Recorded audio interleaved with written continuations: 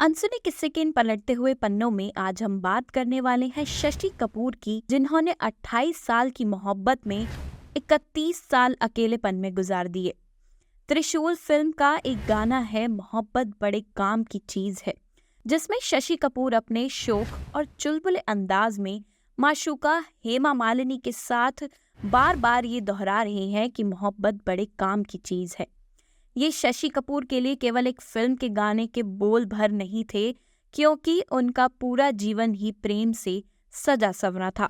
शशि कपूर और Jennifer candle की प्रेम कहानी भले आज से यही कोई 52 साल पहले शुरू हुई थी, लेकिन इसे आज भी बॉलीवुड की सबसे बेमिसाल लव स्टोरी मानने में शायद ही किसी को कोई मुश्किल होगी।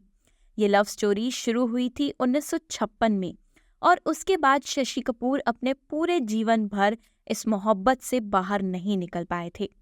वैसे इसकी शुरुआत बेहद दिलचस्प अंदाज में हुई थी। छोटी बहन और ब्रिटिश रंगमंच की जानी मानी अदाकारा फेलिसिटी कैंडल ने अपनी पुस्तक व्हाइट कार्गो में लिखा है, जेनिफर अपने दोस्त वैंडी के साथ नाटक दीवार देखने रॉयल ओपेरा हाउस गई थी। शशि तब 18 साल के थे। नाटक शुरू होने से पहले उन्होंने दर्शकों का अंदाजा लगाने के लिए पर्दे से झांका और उनकी नजर चौथी कतार में बैठी एक लड़की पर गई। काली लिबास और सफेद पोल्का डॉट्स पहने वो लड़की खूबसूरत थी और अपनी सहेली के साथ हंस रही थी। शशि के मुताबिक वो उसे देखते ही दिलो जान से उस पर फिदा हो गए थे। लेकिन तब पृथ्वी थिएटर में काम करने वाले शशि कपूर की कोई बड़ी पहचान नहीं थी। उनकी उम्र महज 18 साल थी। दूसरी तरफ जेनिफर अपने पिता जेफरी कैंडल के थिएटर समूह की लीड अभिनेत्री थी। थिएटर के चलते दोनों के पिता भी आपस में एक दूसरे को पहचानते थे, लेकिन इसके बाद भी शशि कपूर को जेनिफर से दोस्ती के लिए भी इंतजार करना पड़ा। शशि कपूर ने अपनी पुस्तक पृथ्वी व लाज में लिखा है, मैंने जेनिफर के कई नाटक भी देखे, लेकिन उन्होंने कोई नोटिस नहीं लिया। कुछ दिनों के बाद एक दिन रॉयल ओपेरा हाउस में उन्होंने कहा कि मैं मुंबई में रहती हूँ और हम लोग मिल सकते हैं। इसके बाद शशि कपूर रोजाना ही जेनिफर से मिलने लगे। जेनिफर तब शशि कपूर से 5 साल बड़ी थी।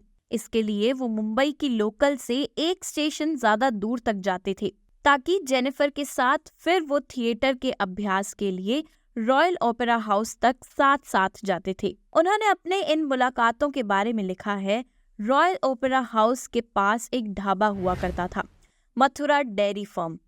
हम लोग तब पूरी भाजी की प्लेट खाते थे। वैसे दिलचस्प ये ही तब शशि कपूर बेहद शर्मीले हुआ करते थे, इतने शर्मीले कि जेनिफर उन्हें गे समझने लगी थी। इस बारे में जेनिफर ने मुझे बाद में बताया कि वो मुझे गे समझने लगी थी। हालांकि इसकी वजह भी बेहद दिलचस्प थी। शशि कपूर भारतीय मानसिकताओं के मुताबिक तब उनका हाथ पकड़कर बैठे रहते थे। जेनिफर जिस संस्कृति से आई थी, वहां हाथ में हाथ लेकर बैठने को असहज माना जाता था, लेकिन दोनों के बीच प्यार परवान चढ़ता गया। इस प्यार के चलते ही शशि कपूर अपने होने वाले ससुर की थिएटर कंपनी में भी जुड़ गए थे। लेकिन जेफरी कैंडल अपनी बेटी को लेकर काफी पॉजिटिव थे और नहीं चाहते थे कि शशि कपूर की उनसे शादी हो। लेकिन शशि कपूर धीरे धीरे कैंडल परिवार के बाकी सदस्यों के दिल में समाते जा रहे थे। इसके बारे में फेलिसिटी कैंडल ने व्हाइट कार्गो में लिखा है, वो काफी हंसमुख और आकर्षक थे।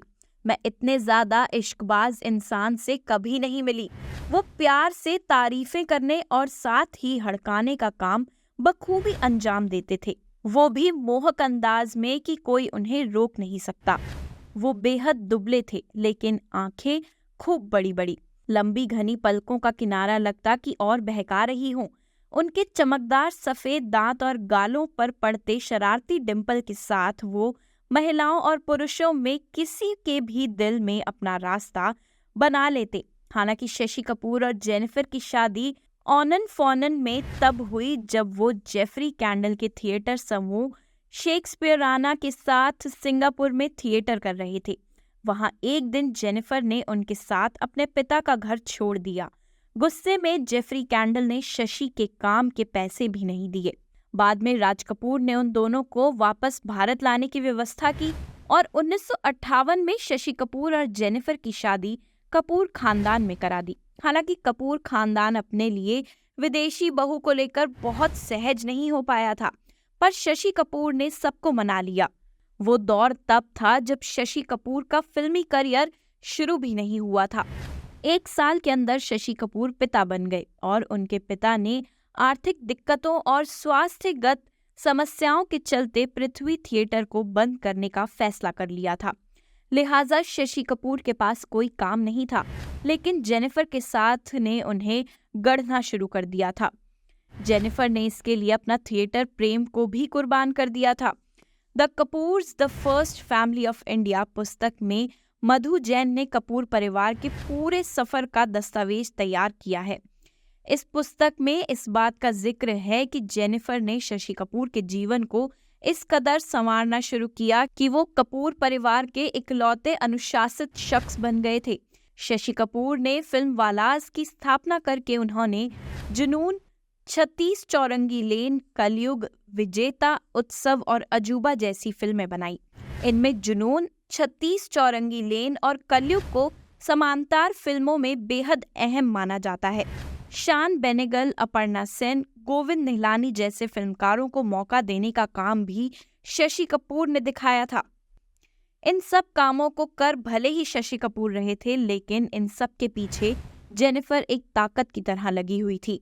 लेकिन शायद जेनिफर के पास बहुत समय नहीं था। 1982 में वो कैंसर की चपेट में आ गई। शशि कपूर ने कोई कसर नहीं रखी, मुंबई से लेकर लंदन तक के डॉक्टरों से इलाज कराया, लेकिन 7 सितंबर 1984 को जेनिफर का निधन हो गया। इसके साथ ही शशि कपूर की दुनिया में एक ऐसा सूनापन आ गया जो कभी नहीं भरा। तो ये थी शशि कपूर की जिंदगी से जुड़ा किस्सा। ऐसे और भी किस्सों को सुनने के लिए अभी सब्सक्राइब करिए हमारे चैनल अनसुने किस्से को।